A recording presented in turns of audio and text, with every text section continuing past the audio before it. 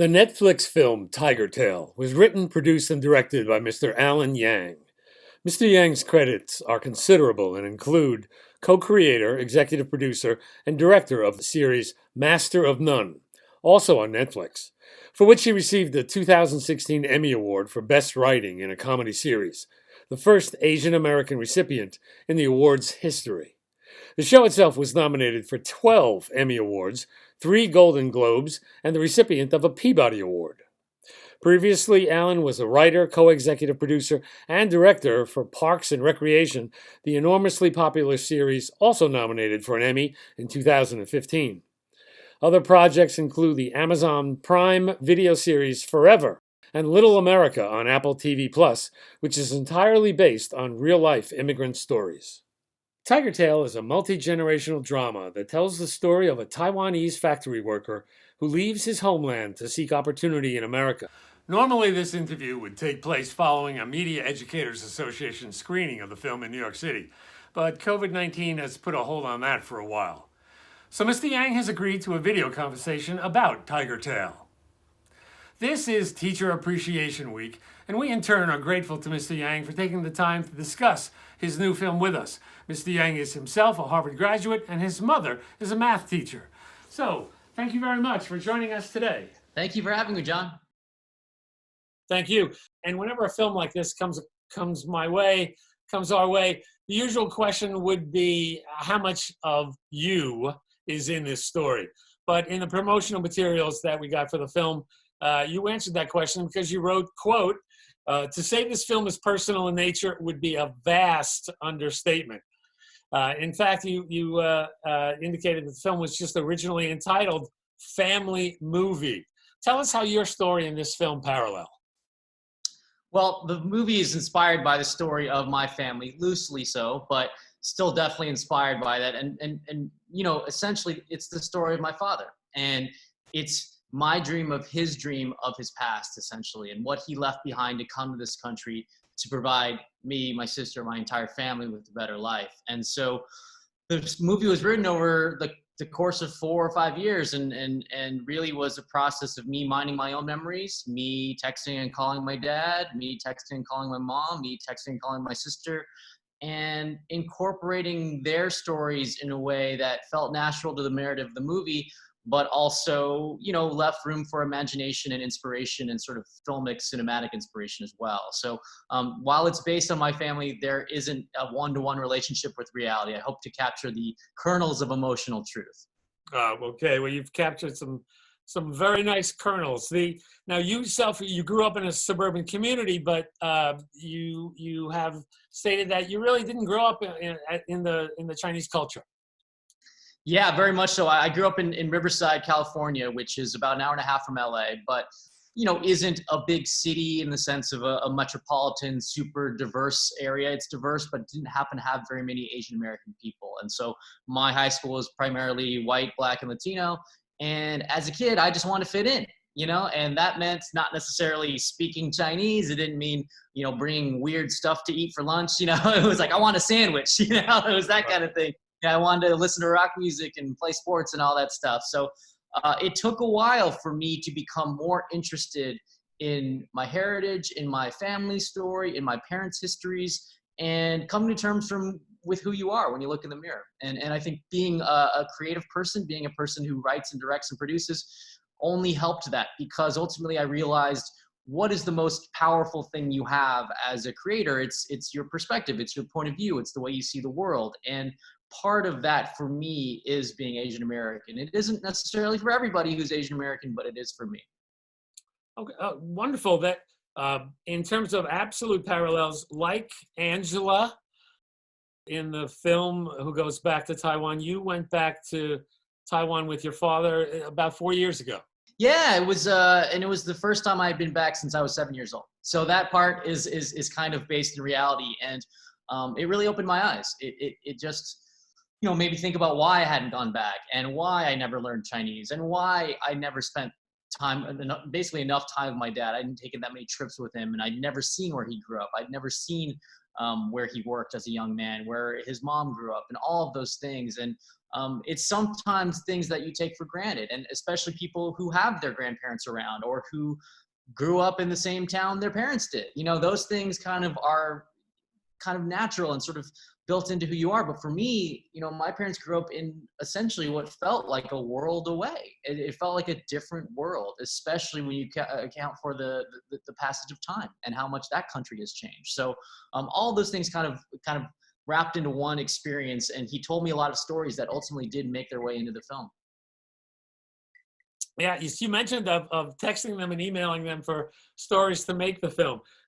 Was it a script that kind of flowed easily, or was it a pistache that you gleaned together various stories? Did this flow easily, or were there lots of revisions?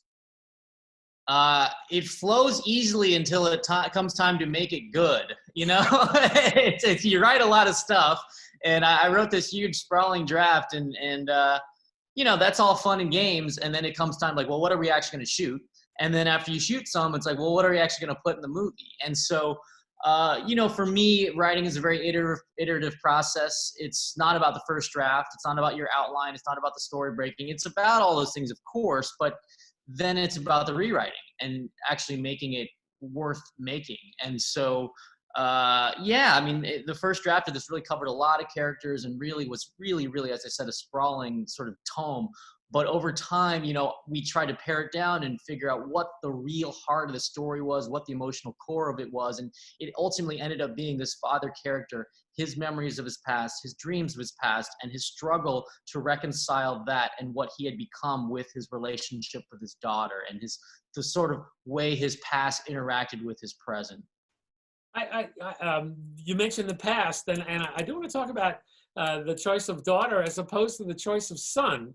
But you mentioned actually going back there. You shot back in the actual sugar factory. You shot back at your grandmother's mausoleum. That must have been very personal, and yet you're shooting there with a film crew standing behind you.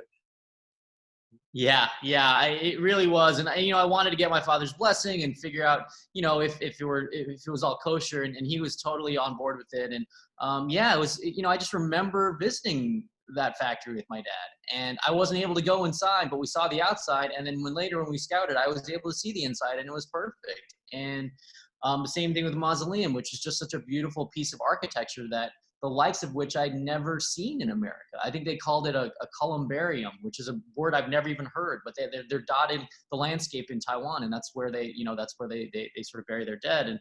And you know, it went so far as to, you know, the point where I had my dad do the voiceover at the beginning and end of the movie. And he's obviously not an actor. He's emphatically not a voiceover actor, but he did such a lovely job. And, you know, it was kind of an experiment when I had him come into the booth and record lines, and I wasn't going to use them unless they were correct. And I really felt like he did a really great job. So he got into the movie.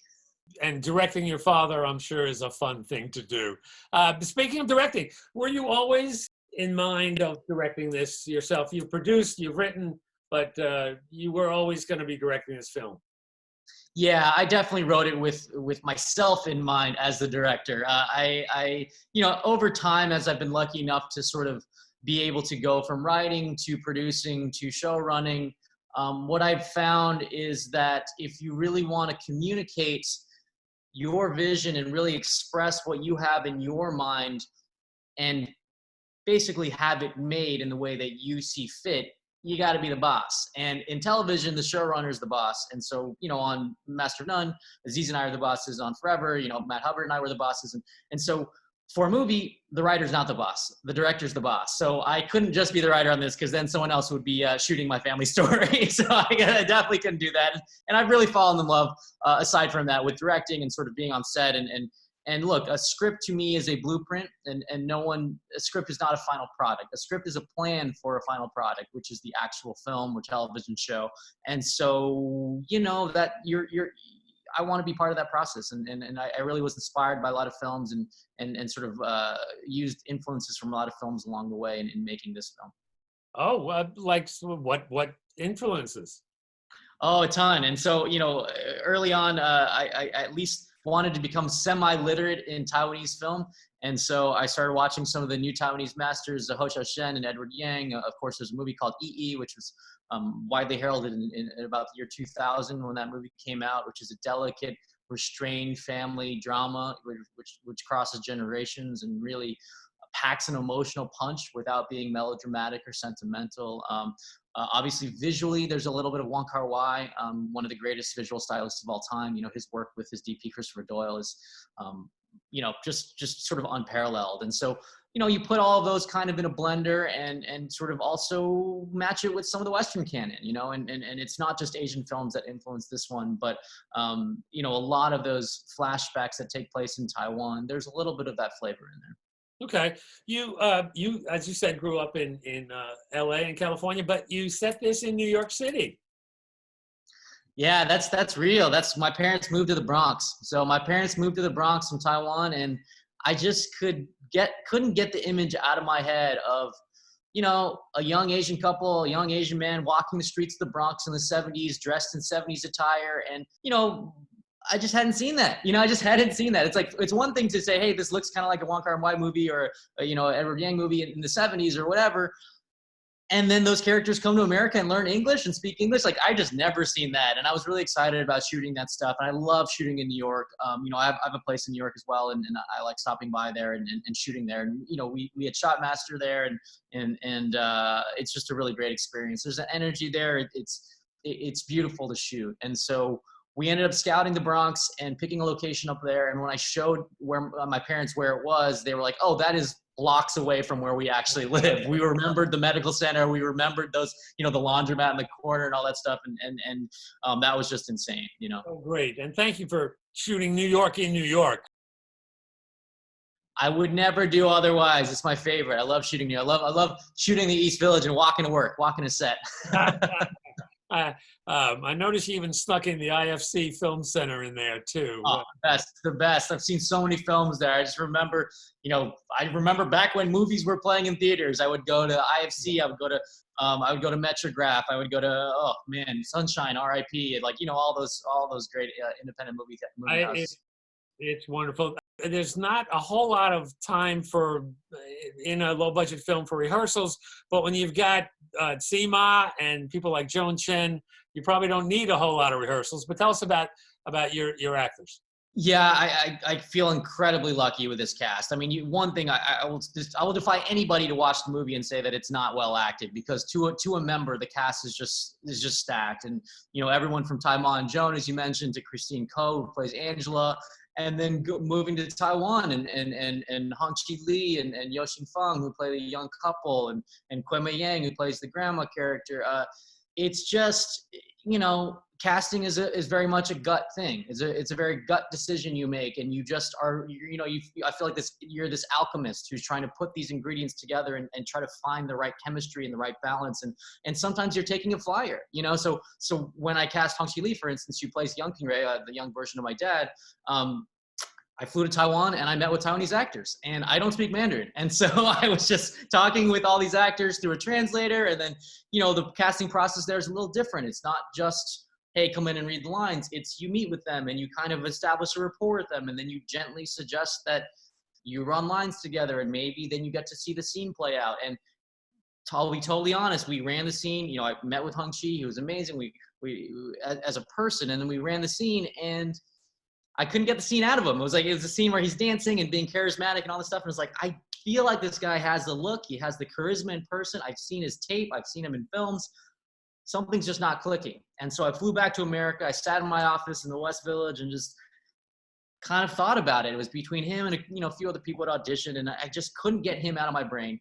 So I took a flyer and cast him based off what frankly was a subpar audition. And so the first day he came to set in the Bronx, first scene he ever had to shoot was a fairly long scene where he's bought a keyboard for Zenzhen, a character played by Kunjue Lee. And he does the scene one time. And I look over at my AD, Tom Fatone, who happens to also not speak any Mandarin. But he looked over at me and said, he said, holy expletive.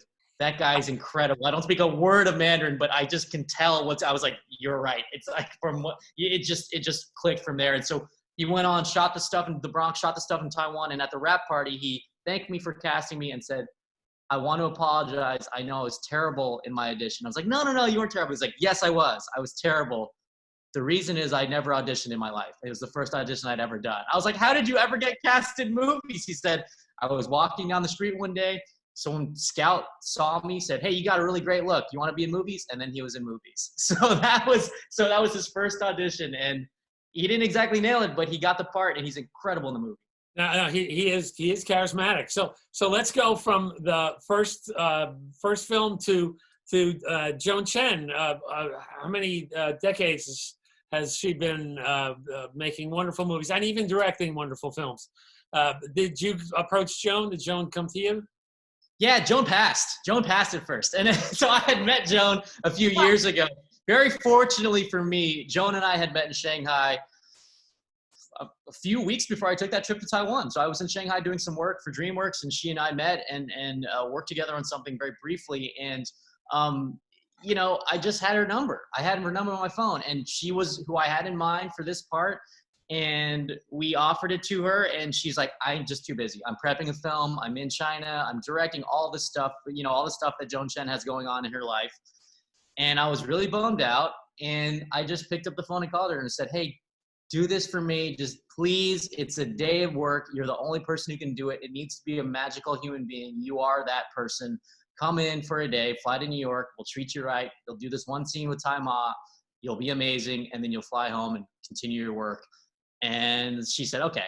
And so she came in and did it, and she came in and killed it. It's just like you said, you know, when you have two actors like that in a scene together, and not just the way she delivers the lines and the facial acting, but even the way she pronounces her Mandarin. It's just so, you know, it's so delicate and so perfect, and one of my favorite scenes for sure. Oh yeah, for sure.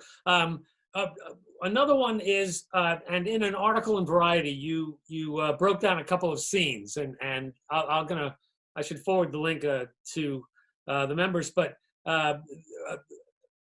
Christine Koh actually helped out with that lunch scene with her father. He shot that in New York, and she kind of helped out with some of the dialogue. Just really briefly summarize that little Variety article for us. Yeah, absolutely. So this is a scene where you know, Ping-Wei's character is talking to his daughter Angela, and again is very closed off, and she finally becomes pretty much the only person in the movie to be really open and honest about her emotions. And what Christine helped me do is just push the scene deeper and make it more and really just deepen her character and have it be less about just what is needed for the scene and have it be more about what that character has felt her whole life and make it more universal. And so what we used is elements from her own life, elements from her relationship with her father, her relationship with her mother, all of these things that had happened to her. And not only did it help her play it, it helped the writing of the movie in general, not just the scene, but the entire film. And I think that's an example of, you know, knowing that you're not a genius, which I emphatically not, helps because you're actually listening to other people. You know, there's a few categories of people. Like there's true geniuses, don't listen to anyone, fine. If you're Kubrick, don't listen to anyone. If you're anyone but that level of person, sometimes it helps to listen to other people. So in that case, you know, I always do my best because there are so many people I work with who know so much more about their given area of expertise. I would be a fool not to at least listen. And so in that case, she said, well, what if we make this more about what's happened in the entire history of their lives? What if it's about the fact that he's never expressed himself to her, and she can actually expand the realm of what she's discussing in the scene? And she was right. I mean, it's a better scene than what was originally written, easily. Then let me use that as a segue point to go to questions from our members and from the New York City teachers, and I'll go right to that one. Marlene Dodds Callahan quote. The question is, and I know we don't have a whole lot of time left, but it says, I wanted to shake him when he was with his daughter. Why was it so impossible for him to open up to his daughter? Is emotion not something that's expressed very well? I think he says crying is not an option there. Yeah, exactly. It's kind of foreshadowed at the very beginning of the movie. You know, his grandma, he experiences something which is real, which is he misses his mother, and he's scared, and even as a little boy, he expresses to his grandma, you know, like, I miss my mom. And his grandma, I think, very much for a couple of reasons, both cultural and generational, tells him, you know, be strong, don't cry. And I think part of that is stoicism is valued very highly in the Taiwanese culture. I don't want to overgeneralize, but it's quite often the case, and certainly is in my family. And so she should meet my dad, because that's sometimes how he is. You know, he's not like that all the time, but sometimes he's like that. And to me, it's not that he doesn't love you or that he doesn't care. It's that it's the way someone was raised, and the way, you know, it's his generation and his culture, and yes, a little bit of stubbornness and a little bit of you know, being stuck in your ways, especially when you get a little bit older. But I do feel like the movie offers a little bit of hope. To me, the ending is bittersweet, and there's a level of optimism at the end. Yes. And I think there's a level of sort of sweet irony, in the sense that his daughter is the one who kind of redeems him and shows him that it is okay to cry, and hopefully opens that door to more communication in the future. Monica T writes, can you tell us more about other instances of immigration to America at that time? Was it common for his wife's father, sort of a manager owner of that sugar factory, to offer his daughter in marriage, finance their trip to New York City, but then he drops out of the picture? Yeah, I think it's like, you know, some of that's left up to conjecture, and some of that's sort of left up to, you know, again, you can't really explore every single character in the movie, but I will say some of that is based in reality, in the sense that my grandma on my dad's side actually, you know, I think my dad hoped that he would come to this country and live here with him, and sort of that he could take care of her here. But she stayed in Taiwan, and she ended up living her entire life in that tiny house that they grew up in. And, you know, that's real. So I think it is real in the sense that, you know, it's something of a dream for that generation to have come to this country, but it wasn't always 100% positive. And I think that's something that people have commented on in watching the movie. I'm personally very happy that that they came to this country and afforded me the opportunities to live as fortunate a life as I have. But there's always going to be a little bit of loss and a little bit of regret and a little bit of sort of consideration of what you left behind.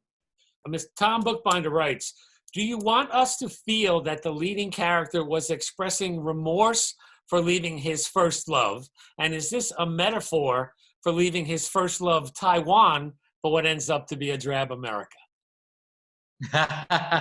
I think there's definitely some metaphor going on there, in the sense that the last line of the movie is that line for meaning, it has that last line for you know, for purpose. And I think it's not simply leaving her behind. It's all of it, right? It's the sights, the sounds, the smells, the people, everything you leave behind. And I think, you know, to me, I hope the takeaway is not that he wishes he could just go back in time. I think there's some meta-analysis of movies, you know, basically saying that a character in the beginning of a film, there's something that this character wants, and then at a certain point they get that, and it's not really what they need, and at the end they kind of get what they need. And in some ways, when he reunites with Yuan and has that lunch with Joan Chen, the adult version of Yuan, he's getting what he wants in a way. He's reconnecting with his past, and that's what he thinks he wants. He thinks he wants to go back in time and recapture all that.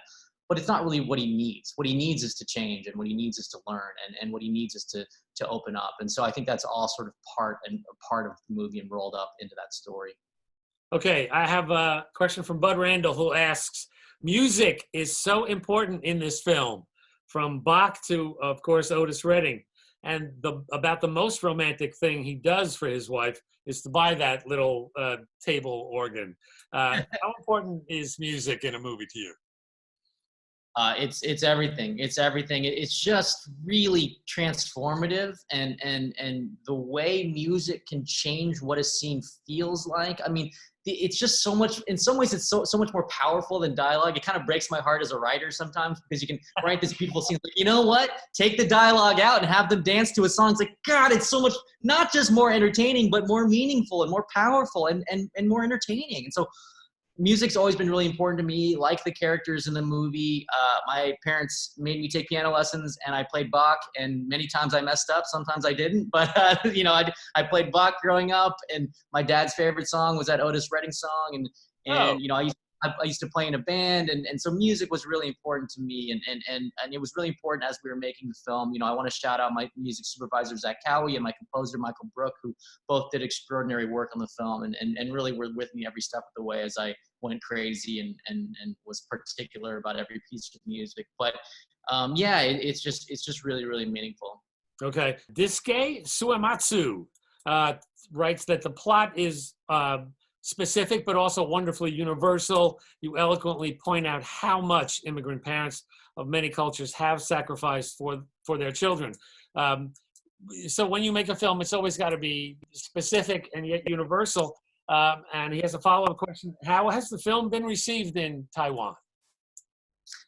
The reception has been good. Yeah, the reception's been really good. I continue to do a little bit of Taiwanese press every now and then, and from what I gather, because I can't read, the newspapers reviewed it well. And so from what people have told me, it went well, and I know they're biased sources, but both my parents and Christine's co-parents have been talking to us about it and telling us, that it's a bigger deal in Taiwan because there just aren't that many films made in America about Taiwan. And so I think they're very proud. They're a very proud nation. And to have a movie, on Netflix that is produced at a certain level and, the name of the film is a Taiwanese city is a point of pride for them. And so, yeah, I hope to later this year actually exhibit the film in theaters there. I don't know if it'll be possible, of course, due to the coronavirus, but there's been some demand for it. And so we'll see. I think the response has been really good. Good. Great. Grace Chang wrote, grew up Taiwan, switching between Mandarin and Taiwanese. Even the subtitles, the Taiwanese was impeccable. It's hard to find young people who speak Taiwanese. The government discouraged it, and you only would have learned it at home. Is there any political statement in that? No political statement. I just kind of wanted to both portray life accurately at that period of time and also kind of using language as a metaphor, because a lot of the movie is about communication and honesty and openness and the lack thereof. And to me, the sort of distance between generations is expressed a little bit through language as well, because people, my grandma's generation only spoke Taiwanese. Then people, my dad's generation spoke Taiwanese and Mandarin. And frankly, a lot of times my generation only speaks English. And so these generations are all literally speaking different languages. And so I think that is sort of additive in the effect it has and the way that, there's 3 languages spoken in the movie for a reason. And it kind of is a metonymy for the entire theme of the film. Okay, just a couple more. Why did you choose to go with? We talked about this earlier. The boy in the film, her brother. Again, he's involved in music. He's playing in a band. But why did you choose to go with the daughter in the father's story rather than the son in the father's story? There are a couple of reasons. One of which is that it's actually their relationship is a little more similar to my father and my sister's relationship. They have, it's been a little bit more, a distance between the two of them, and which is, I hope, getting better over time. But also, I like the symmetry of that movie being really about the 4 most important women in his life. His mother, the woman he fell in love with, the woman he married, and then finally his daughter. I thought there was something wonderful about that. And finally, I think, frankly, a lot of times, not just in Asian and Asian American families, but in all families, the boy has it easier. Like that just happens, it's still happening. And it's just really, it's a very real thing. And I think certainly in my family, it's manifested itself. And I look at my sister's path and it's been harder in some ways than mine. And her relationship with both of my parents has been sometimes a little rockier. And I don't think that's strictly because of our personalities. I think a lot of it has to do with, gender. And so for all those reasons, I settled on the daughter character very early on. Okay. And finally, at what point, this is Marlene, at what point did you become aware of the sacrifices of your parents? And do you wonder what your life would have been like if your parents had not immigrated? Way too late in my life is the answer. What's that? Yeah. The answer is way too late in my life. You know, by the time I was even thinking about that stuff, uh, I guess fortunately got to make shows and movies about it. So it's in the last 5 or 6 years, and I think part of that is as you become an adult, I think you realize there's no magic day where you become an adult and you're mature. I think you always have memories of who you used to be, and you're slowly changing over time, and that's when you realize your parents are fallible and they're human just like you, because they probably felt the same way when they were your age, and they didn't have all the answers. And so to me, that makes you think about more about what they went through, and again, especially for immigrant parents, what they went through to get where they were. And you don't understand how grateful I am, because in this country, I'm able to really have unbelievable opportunities, and they really protected me and kept me safe, and pushed me and gave me instilled a work ethic in me and disciplined me and all of that stuff. And all of that is such a huge part of who I am. And I know not everyone gets that opportunity. So I'm really grateful for that. Yeah, man. I mean, I like being American. Not always, but I usually like being American. And I'm usually proud of being American. But yeah, I just, it's so much a part of who I am, and the freedoms that we're afforded here are what I'm accustomed to. So yeah, I'm definitely grateful. I don't know what my life would have been like otherwise. Okay. Well, we're grateful to you for sharing your experiences with us. It's a delightful film. Thank you for sharing it. We wish you good luck with it. We wish you good luck. Do you have any future plans, any projects working on you want to talk about? A lot, but I'm not allowed to talk about most of them. I've got a couple TV shows I'm about to shoot. Definitely Little America season 2, which is season 1 is on Apple right now, so that's available. But yeah, it's mostly stuff I can't talk about.